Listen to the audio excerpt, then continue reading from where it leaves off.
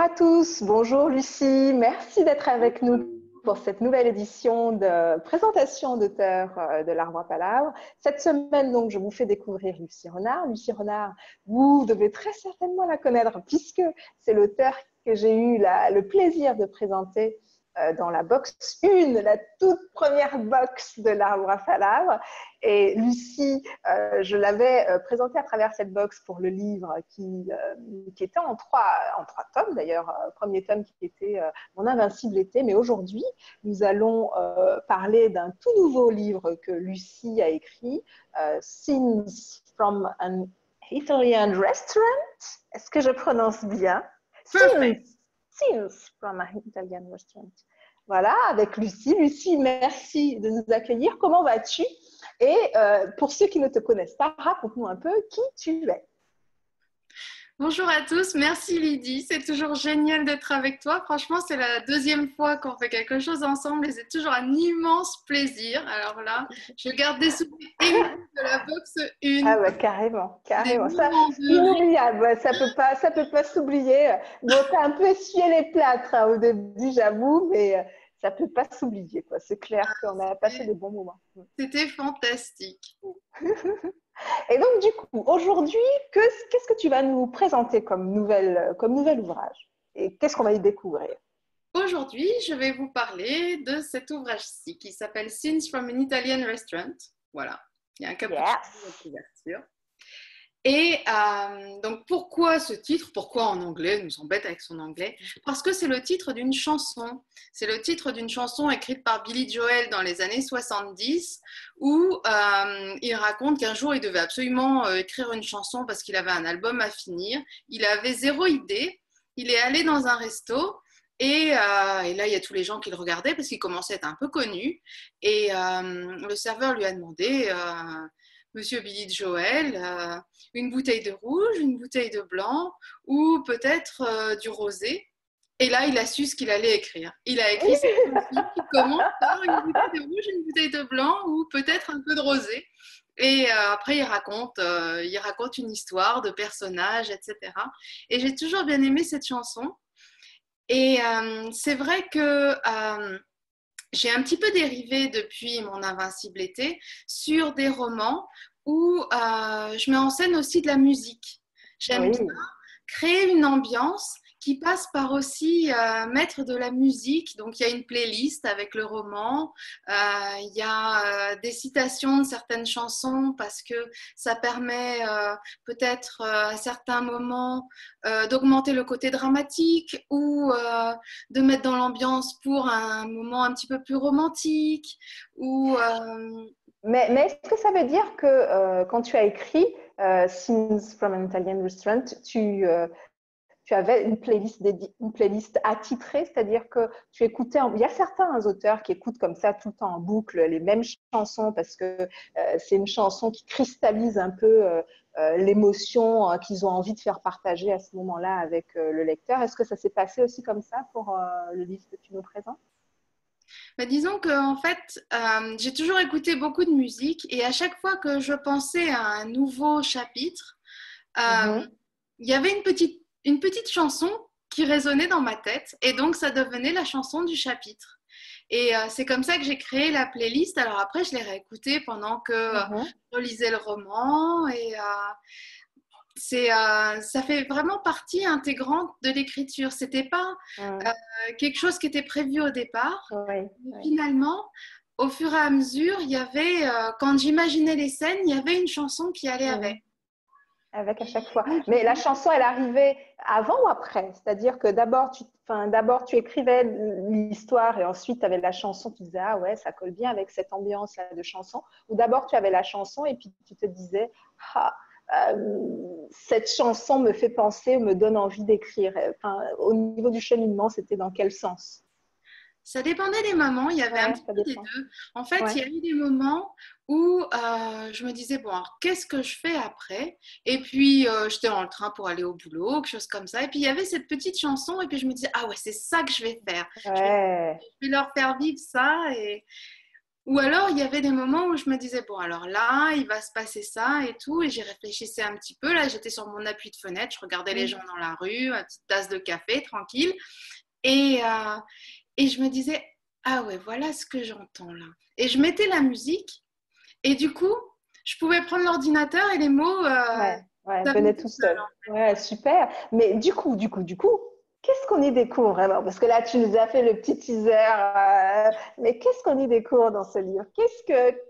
Où tu nous emmènes avec cette histoire? Je vous emmène dans un restaurant italien qui est pas très loin. En fait, il est sur le chemin entre la maison et le boulot. Donc, il y a Ophélia, qui est une fille qui travaille dans un magazine littéraire et qui un jour revient d'un voyage à New York où elle a interviewé des auteurs de science-fiction, un truc tout nouveau pour elle parce qu'elle pensait que la science-fiction c'était pour les geeks et puis finalement elle a vachement aimé et puis elle a vachement aimé un auteur et etc. Enfin je vous raconte pas. Et elle a besoin de café parce que décalage horaire, parce que fatiguée, beaucoup d'émotions, tout ça. Et puis elle voit qu'il y a un nouveau petit café là qu'elle n'avait jamais vu, une petite nappe à carreaux, tout ça. Elle dit oh ça a l'air sympa. Elle rentre, elle commande un cappuccino, double dose de café parce qu'il faut un petit remontant là. Et elle voit arriver le cappuccino magnifique, comme sur la couverture, n'est-ce pas? Et la serveuse, toute souriante, et elle commence à créer des liens avec la serveuse qui est très sympa, avec les autres gens dans le resto. Donc il y en a où elle se méfie un peu, il y en a où ça colle tout de suite. C'est un livre en fait qui parle beaucoup du hasard des rencontres. Oui, C'est oui, très important super. les rencontres. Oui, Et ce qu'on super. perçoit aussi.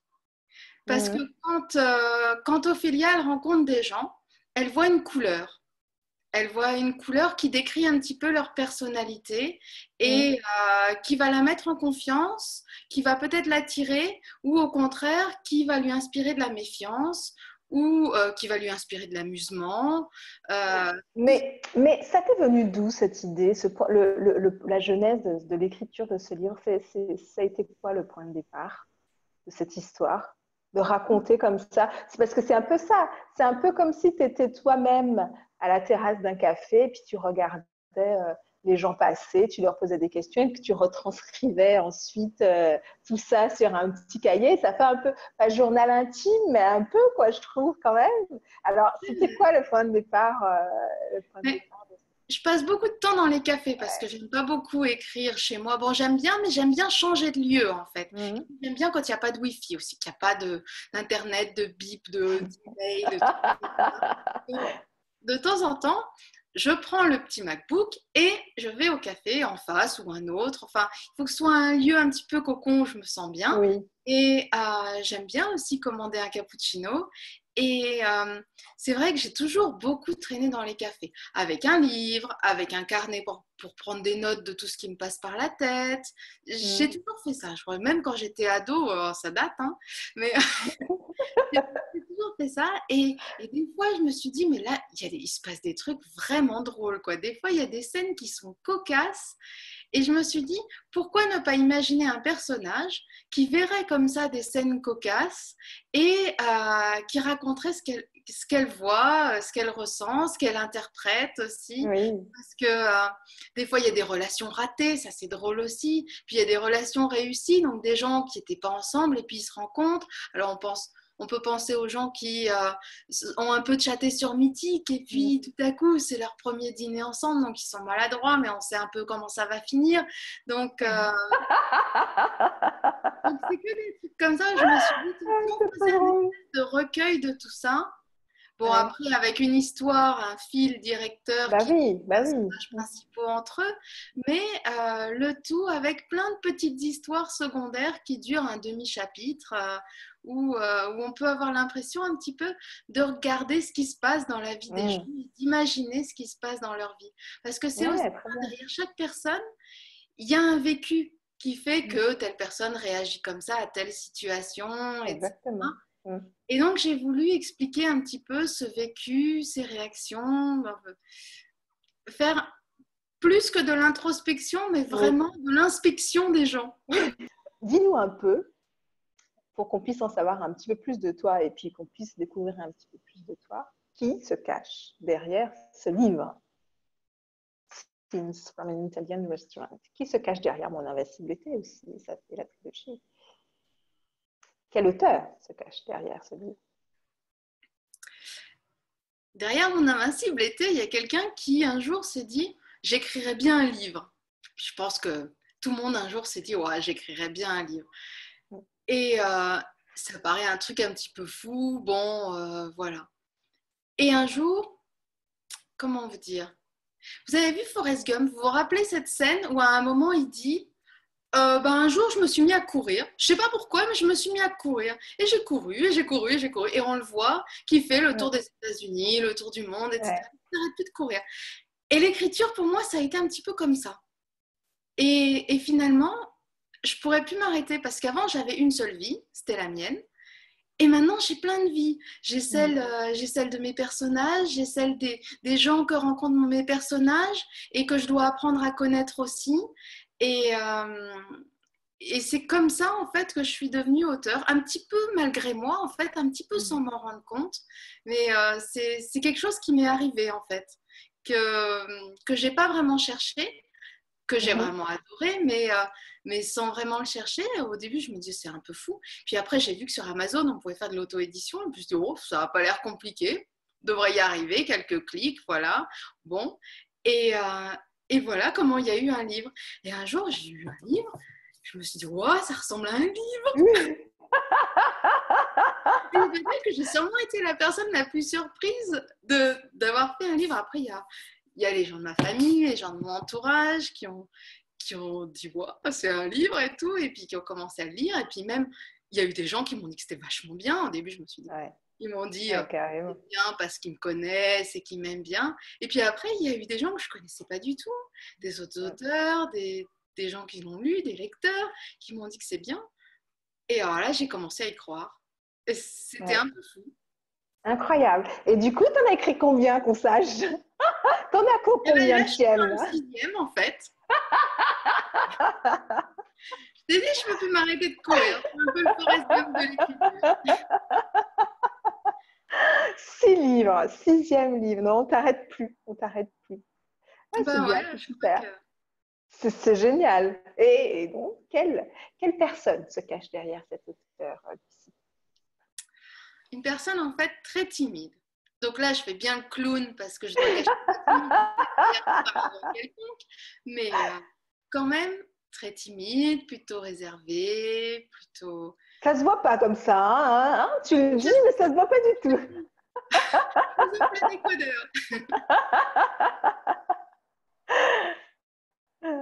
Une personne pour qui aussi les relations entre les gens, c'est très important. Les rencontres que je fais, les gens que j'apprécie sont très importants pour moi aussi.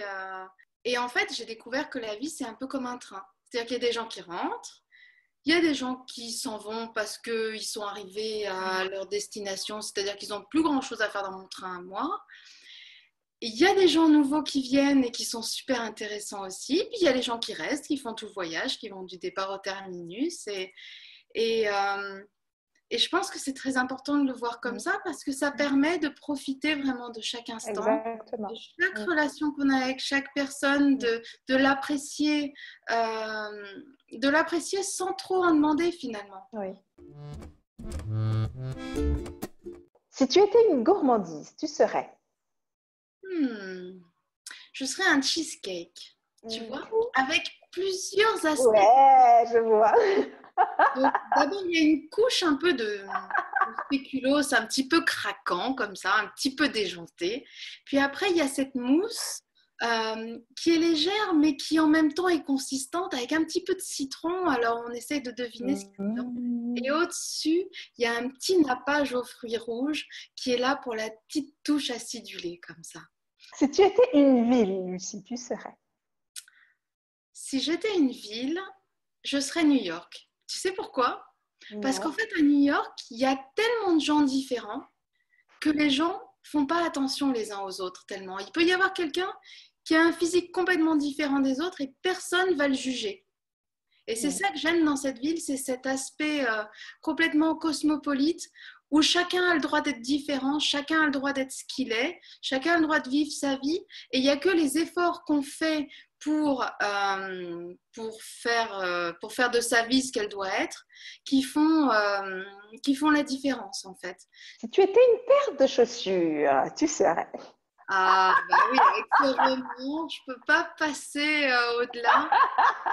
Je serais une paire de Converse. Avec le reste de Bordeaux. Et si vous lisez le roman, vous allez comprendre pourquoi je suis Bordeaux.